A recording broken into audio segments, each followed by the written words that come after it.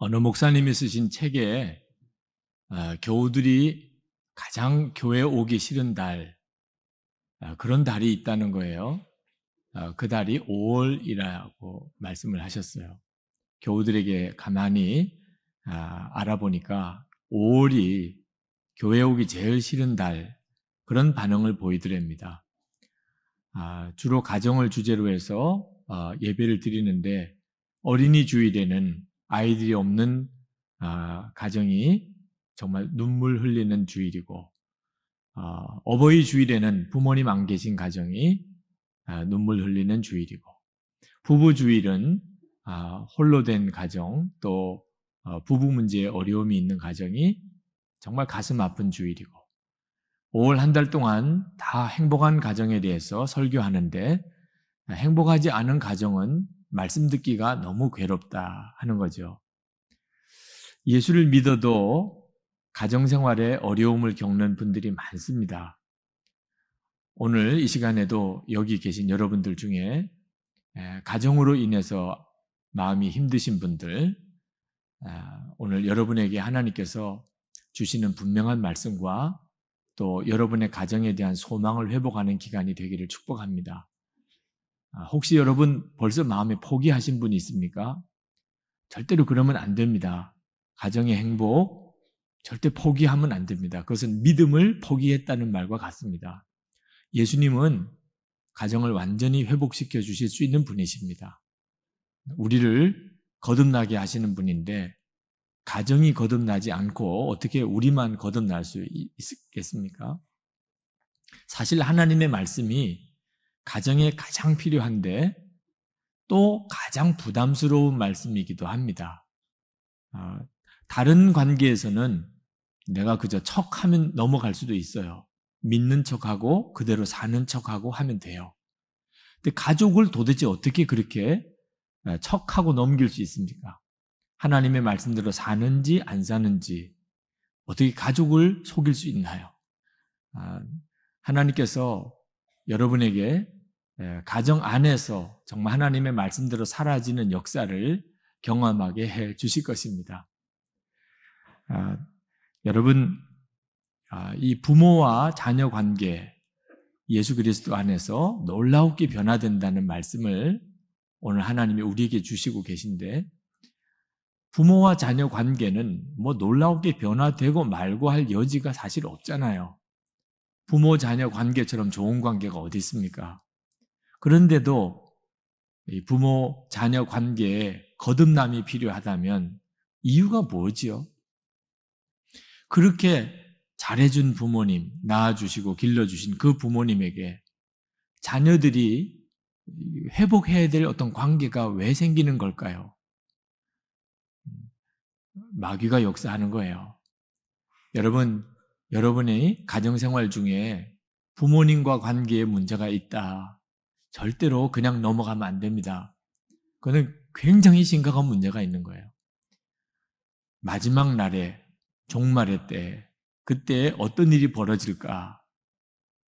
부모를 거역하고 이런 일이 일어날 거라고 성경이 말하고 있습니다. 디모데 후서 3장 2절에 말세에 고통의 때가 이르리니 부모를 거역하며 그랬어요.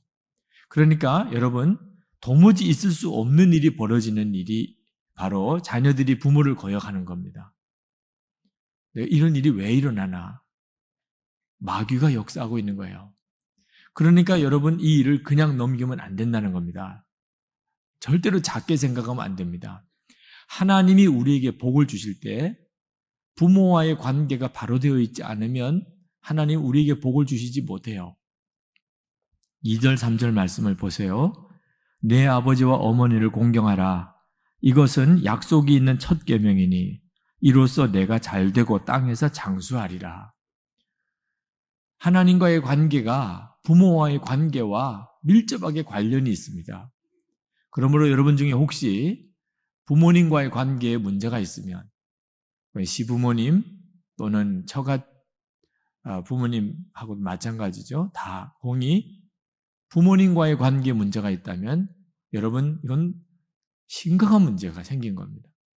이건 해결받아야 돼요. 정말 해결받아야 됩니다.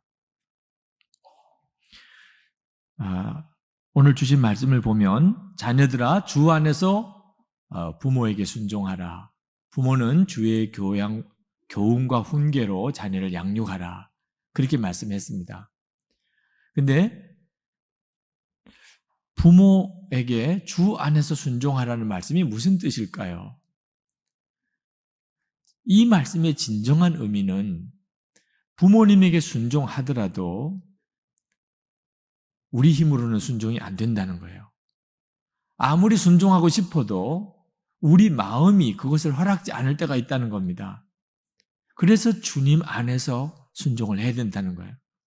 부모님에게 순종을 하려고 해도 주님 안에서 해야 그 온전히 순종이 된다는 걸 말씀하고 있는 거예요.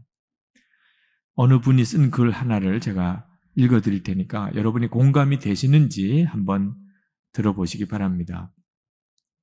이미 세상을 떠난 부모님들을 추모하는 것은 어렵지 않습니다.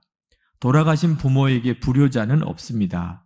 돌아가신 부모님을 생각하며 눈물 흘리지 않는 자식이 어디 있겠습니까? 돌아가신 부모님에게는 다 효자입니다. 돌아가신 분들과는 더 이상 감정적으로 얽힐 일이 없기 때문입니다. 문제는 살아계신 부모님입니다.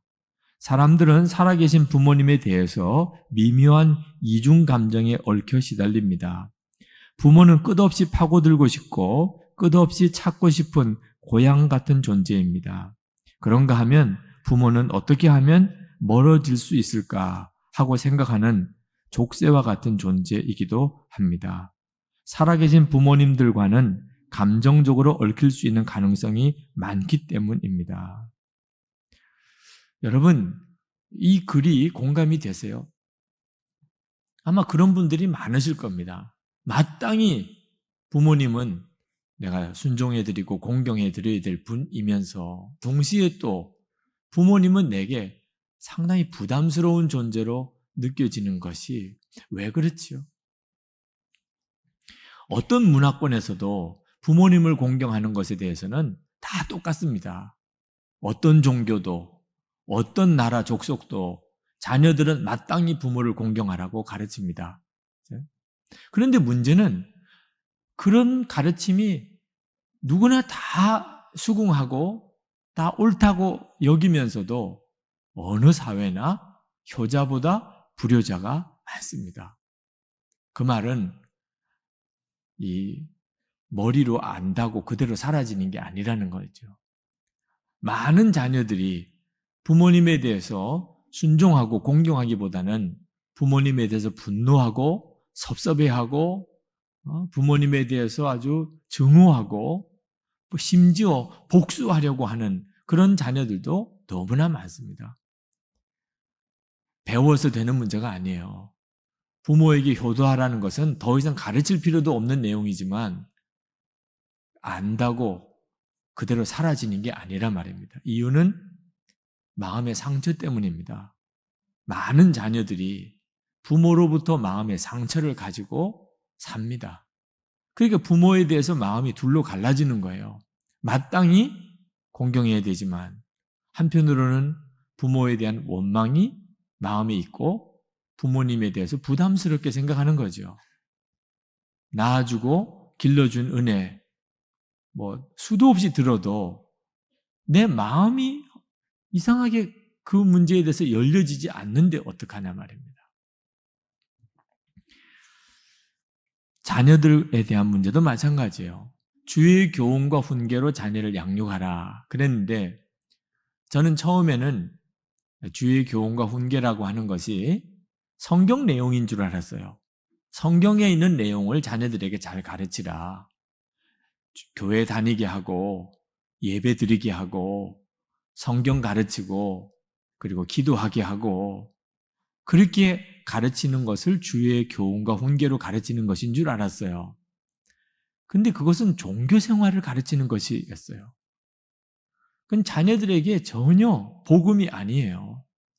주의 교훈과 훈계는 우리가 누리는 예수 그리스도 안에서 누리는 진정한 구원을 말하는 거예요.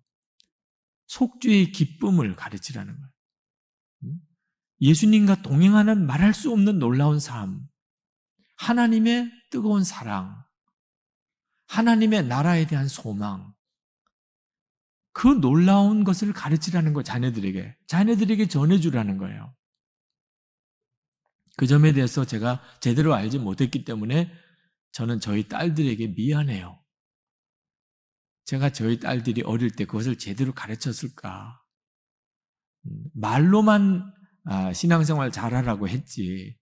저희 딸들은 예수님과 동행하는 그 놀라운 기쁨, 구원받은 자의 말할 수 없는 변화된 삶을 아버지로부터 보았을까? 그 점이 늘 마음에 미안해요. 어느 권사님이 딸이 사춘기가 되고 딸에게 너무너무 화가 나 있었답니다. 이 남자 권사님 마음에 이 딸에 대해서 속상해요. 너무 속상해요. 어느 순간부터 말을 전혀 안 들어요. 머리는 이상한 색으로 물감을 들이고, 그리고 옷은 도무지 아버지가 용납이 안 되는 옷을 입고, 그리고 그렇게 일찍 들어오라고 한 날은 더 늦게 들어오고, 딸에 대해서 아버지가 속이 부글부글 끓고 있는데 어느 날 늦게 들어오는 딸과 현관에서 맞닥뜨렸어요. 그날도 이 권사님으로서는 도무지 용납이 안 되는 그런 옷을 입고 딸이 늦게 집에 들어오는데, 그래서 야단을 쳤죠.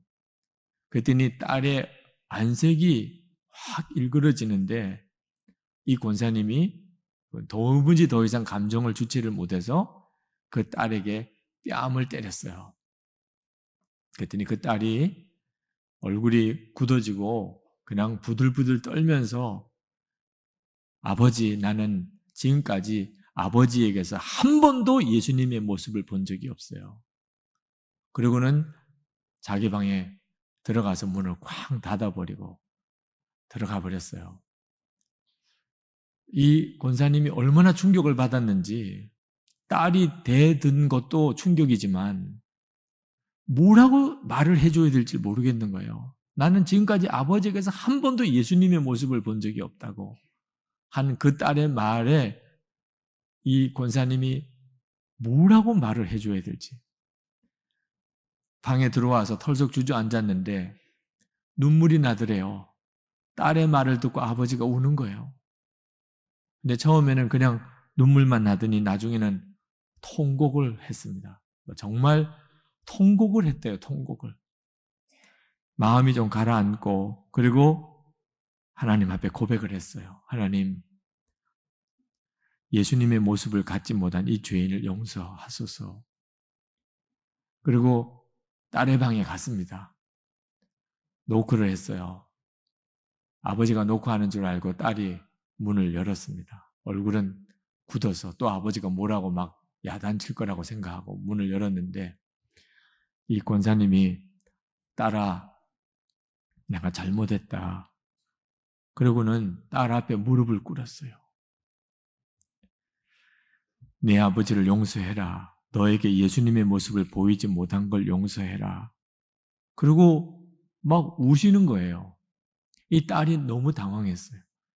전혀 예상치 않았던 반응을 아버지가 보이니까. 그 딸 앞에 무릎을 꿇고 아버지 미안해요. 아버지 잘못했어요. 그날 처음 딸의 입에서도 잘못했다는 말을 들었다는 거예요. 여러분, 우리가 우리의 자녀들을 주의 교훈과 훈계로 어떻게 양육해야 되는지를 잘 이해해야 합니다. 그건 절대로 말로 가르쳐지는 게 아니에요. 우리의 삶이에요. 부모가 정말 예수님 안에서 누리는 구원의 기쁨, 속죄의 기쁨, 하나님의 사랑을 누리고 예수님과 동행하는 그런 놀라운 삶을 사는 것을 통해서 자녀들이 배우는 거예요. 자녀들과 부모와의 관계가 좋아야, 마음으로부터 이렇게 통하는 관계여야 이것도 가르쳐줘요. 그래서 자녀에게 주의 교훈과 훈계로 가르치라고 하기 전에 내 자녀를 노엽게 하지 말고 라고 먼저 말씀을 한 겁니다. 자녀들의 마음에 부모님에 대해서 이렇게 화난 마음이 있으면 아무 소용이 없어요. 다 가증하게만 여겨지고 말씀이 전혀 그 마음에 들어가지 않습니다. 자녀들의 마음에 상처가 생기면 그러면 더 이상 가르친다는 건 포기해야 돼요. 그때부터 이제 마귀가 우리의 자녀들을 사로잡습니다.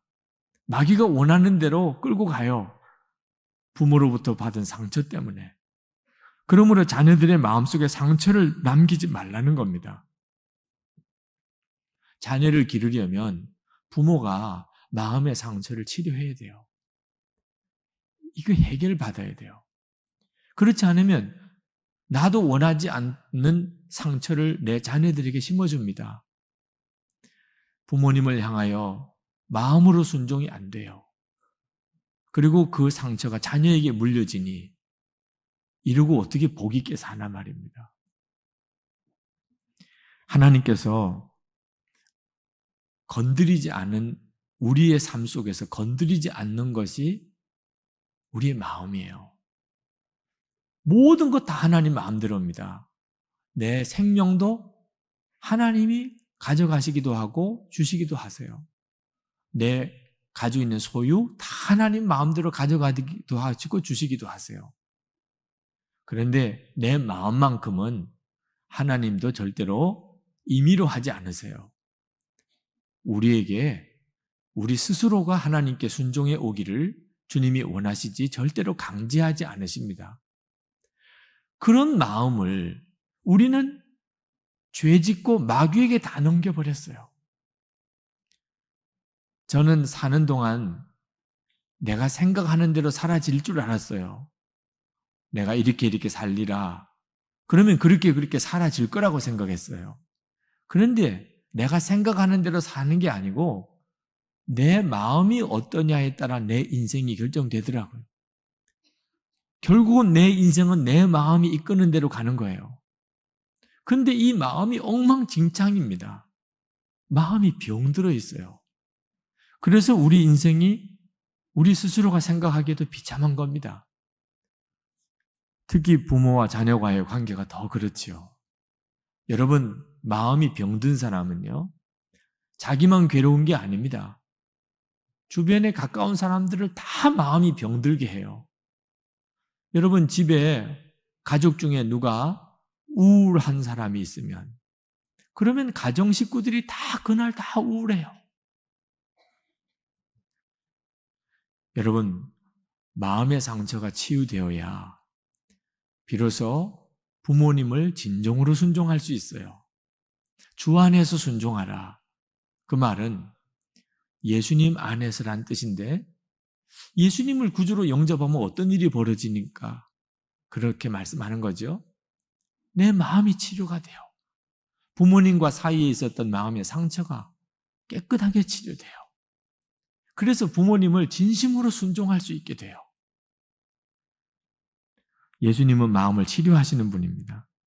이사야 61장 1절에서 3절까지 말씀을 한번 우리 다 같이 한번 읽겠습니다. 이사야 61장 1절에서 3절입니다.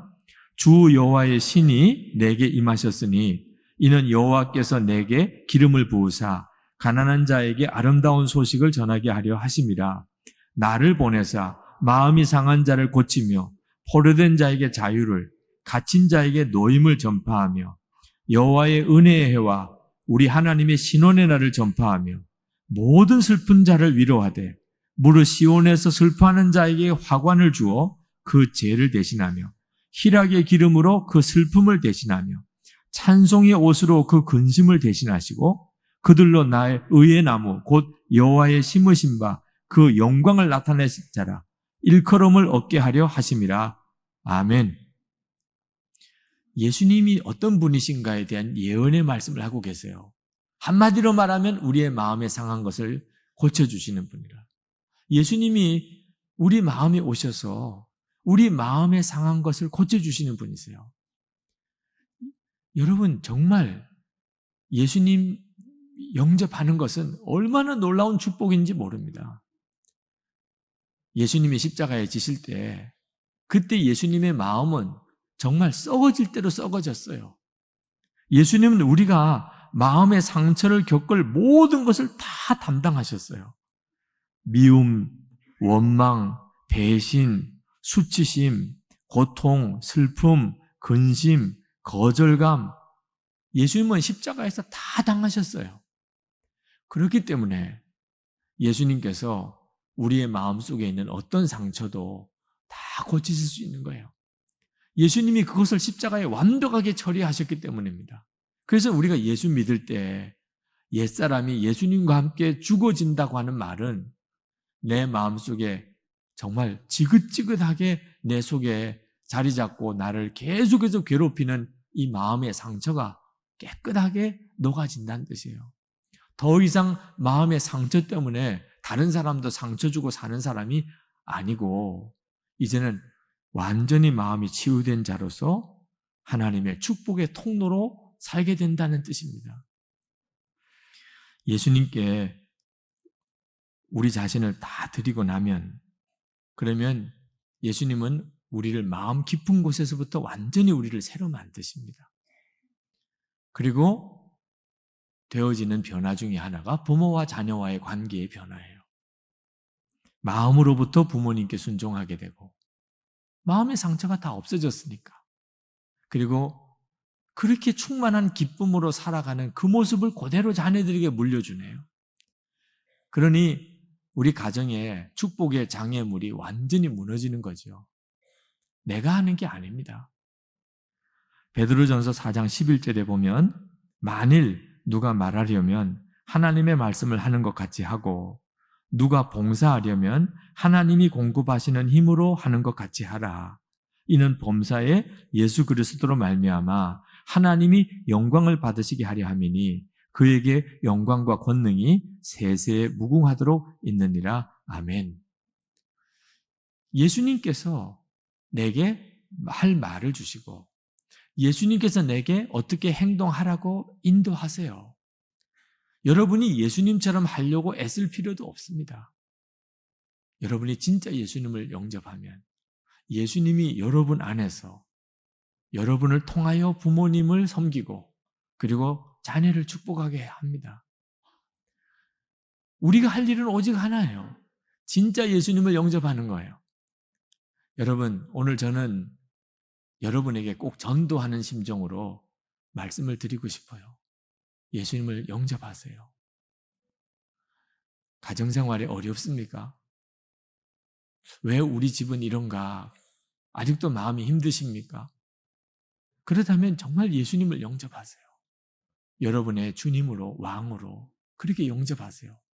교회만 다니는 그렇게 예수 믿는 생활 말고 이제 진짜 예수님이 여러분의 주님이고 여러분의 왕이십니다. 여러분이 예수님이 인도하시는 대로만 이제 살면 됩니다. 예수님을 믿는 믿음으로만 살면 돼요. 나머지는 신경 안 쓰셔도 돼요. 주님께 진짜 맡기는 거예요. 예수님이 여러분의 왕이 되시고 주님이 되시는 것은 여러분을 어떻게 억압하기 위해서 하시는 게 아니에요. 여러분을 진짜 살리시기 위해서요. 여러분을 정말 구원하시려는 거예요. 그거 외에는 여러분이 제대로 정상적으로 하나님이 축복하는 삶을 살 수가 없으니까 그런 거예요. 우리도 알지 못하는 사이에 내 속에는 이 속에 병이 많아요. 마음의 병이. 예수님만이 완벽하게 나를 치료하실 수 있어요. 십자가 복음만이 나를 완전히 고칠 수 있어요. 진정 마음이 바뀌는 것, 그게 중요해요. 바뀐 척 하는 것은 더 부담스러워요. 더 힘들어요. 상대방도 믿어지지 않아요. 나는 죽고 예수로 사는 십자가의 복음이 왜 그렇게 중요하고 놀라운가? 완벽한 치료예요. 오늘 이 시간 우리 모두 다 정말 여러분의 마음에 예수님을 분명하게 주님으로 여러분의 삶의 왕으로 영접하실 수 있게 되기를 바랍니다.